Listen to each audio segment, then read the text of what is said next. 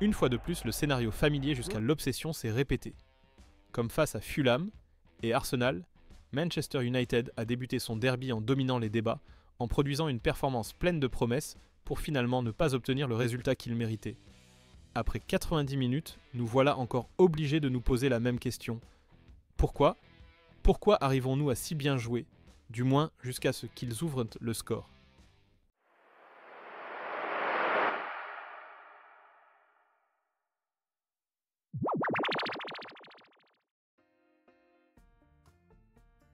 Pour le comprendre, il faut disséquer le plan tactique mis en place par Ruben Amorim en première mi-temps.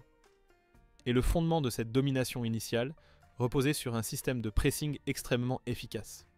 La structure de pressing en pentagone désormais familière a été de nouveau utilisée.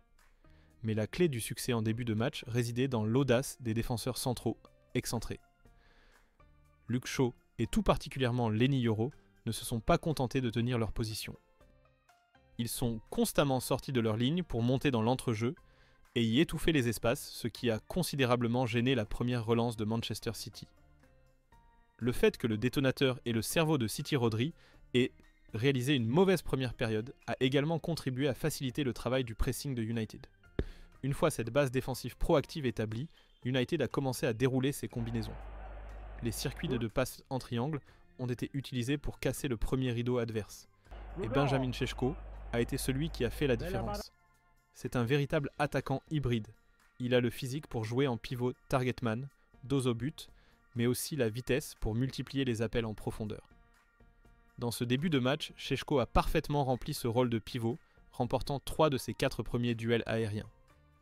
United a rarement construit court depuis sa défense, car ce n'est pas le point fort de Bayindur. Et avec une véritable cible comme Šeško devant le jeu long direct, était une option tout à fait logique. La conséquence tactique de ce choix est immense, sa simple présence et ses déplacements constants ont fixé la défense de City, l'empêchant de monter, ce qui a considérablement réduit l'efficacité du pressing des locaux. Sur les longs ballons, le duo Manuel-Ugarte, auteur d'une première mi-temps satisfaisante, et Bruno Fernandes a été extrêmement efficace à la récupération des seconds ballons, créant immédiatement des situations d'attaque rapide. Et c'est ici que la philosophie de Amorim Bale s'est le mieux exprimée. Il ne veut pas que ses joueurs aient une possession patiente. Il veut un football rapide, direct et tranchant.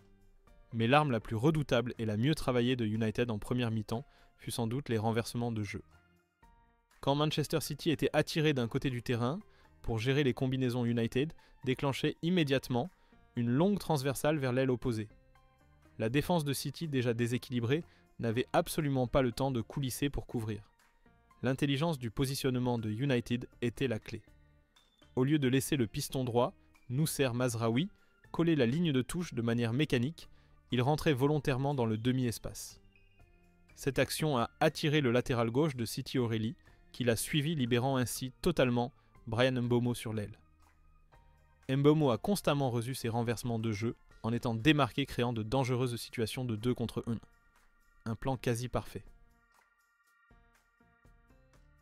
Face à un match difficile et un système qui prenait l'eau sur les ailes, la classe d'un génie a parlé. Pep Guardiola n'a pas paniqué. Il a observé calmement identifié le problème et a procédé à un seul ajustement tactique, un petit tweak, suffisant pour changer complètement le cours de la rencontre. Le problème de City dans son 4-3-3 de départ était criant. L'équipe se retrouvait involontairement à concentrer 3 de ses joueurs dans une zone où Manchester United n'en avait que 2. Un gaspillage de ressources considérable qui en plus laissait des espaces fatals sur les ailes pour les renversements de jeu adverses. Et la solution de Pep est arrivée. Il a demandé à ses joueurs de passer à un bloc en 4-4-2 extrêmement flexible et intelligent. Phil Foden a été repositionné plus haut, presque comme un second attaquant aux côtés d'Erling Haaland. À gauche, Jérémy Doku a reçu pour consigne de défendre plus bas non seulement pour attaquer, mais aussi pour aider activement son latéral O'Reilly, et ainsi limiter l'espace vital de Bryan Mbeumo. L'effet de cet ajustement a été quasi immédiat. En un seul petit changement, Pep Guardiola a résolu 2 problèmes en même temps. Premièrement, il a complètement neutralisé l'arme offensive la plus dangereuse de Manchester United sur les côtés. Deuxièmement, en faisant monter Foden, il a maintenu un pressing en 1 contre 1 très intense dans l'axe. soudainement privé de sa meilleure arme, Manchester United a vu le match commencer à lui échapper. C'est ça la classe. C'est la différence que seuls les plus grands stratèges peuvent faire. Une fois que Pep Guardiola a trouvé la parade, les faiblesses structurelles de Manchester United ont commencé à être exposées et exploitées sans pitié. Leur effondrement est venu de la combinaison d'erreurs systémiques et d'erreurs individuelles impardonnables. La philosophie de football à haute vitesse de Ruben Amorim est une arme à double tranchant. Le troisième but de Haaland, tout comme la passe manquée dangereuse de De Ligt un peu plus tôt, vient de la même cause. L'exigence de jouer si vite, si directement, rend involontairement les joueurs de United plus sujets à l'erreur. Ils effectuent des passes trop téléphonées, ce qui rend l'équipe extrêmement vulnérable face à des équipes qui excellent dans le pressing comme Man City. Mais la faille systémique la plus grave se situe une fois de plus au milieu du terrain, et le coupable n'est autre que Bruno Fernandes. Son problème au niveau du placement défensif n'est pas nouveau. C'était déjà arrivé sur le but encaissé contre Fulham. Sur l'ouverture du score de Foden dans un système avec seulement 2 milieux centraux, le fait que Bruno ne suive pas son joueur et laisse à Foden tout l'espace pour se déplacer et conclure est une erreur qui ne peut être excusée. L'aveu de Bruno lui-même après le match. J'avais l'impression qu'à 2 milieux, on jouait contre 4 milieux de City. Dit tout. La supériorité numérique créée par l'adversaire dans l'axe n'est plus un accident. C'est un problème structurel pour lequel Amorim n'a toujours pas trouvé de solution. Pour réellement comprendre comment Manchester United s'est effondré, il ne suffit pas de regarder leurs erreurs. Il faut analyser la manière dont le génie de Pep Guardiola a activement déverrouillé la situation pour exploiter ses failles sans pitié. Tout a commencé par un changement fondamental dans l'approche. Avec Donnarumma à la place d'Ederson City, à moins construit depuis son gardien. À la place, ils ont mis en place une structure offensive avec une défense à 3 asymétriques, l'Opsided Back 3, où le jeune talent Kusanov montait pour agir comme un central droit excentré, offrant plus de liberté aux lignes supérieures. Cependant, en début de match, ce plan a rencontré de grandes difficultés. Lorsque Manchester United s'est replié dans son bloc défensif, en 5-2-3 extrêmement compact, la défense de City était trop confortable. Le schéma d'Amorim ne laissait aucun espace entre les lignes, et le double pivot Ugarte et Bruno lisait facilement les déplacements de Foden et Reinders. City était dans une impasse totale, incapable de trouver ses joueurs les plus créatifs dans des zones dangereuses. Et Pep Guardiola savait qu'il devait changer quelque chose. Et l'ajustement décisif est arrivé. Un changement subtil qui a tout fait basculer. Au lieu d'un milieu en 2-1, avec Rodri et un autre joueur en couverture, Pep a demandé à ses joueurs de passer à un schéma en 1-3. Il a fait monter très haut son latéral gauche, Nico O'Reilly, presque à hauteur de Foden, et Reinders, laissant Rodri seul en couverture derrière. Ce changement a immédiatement créé un effet domino. Au début, cela semblait risqué.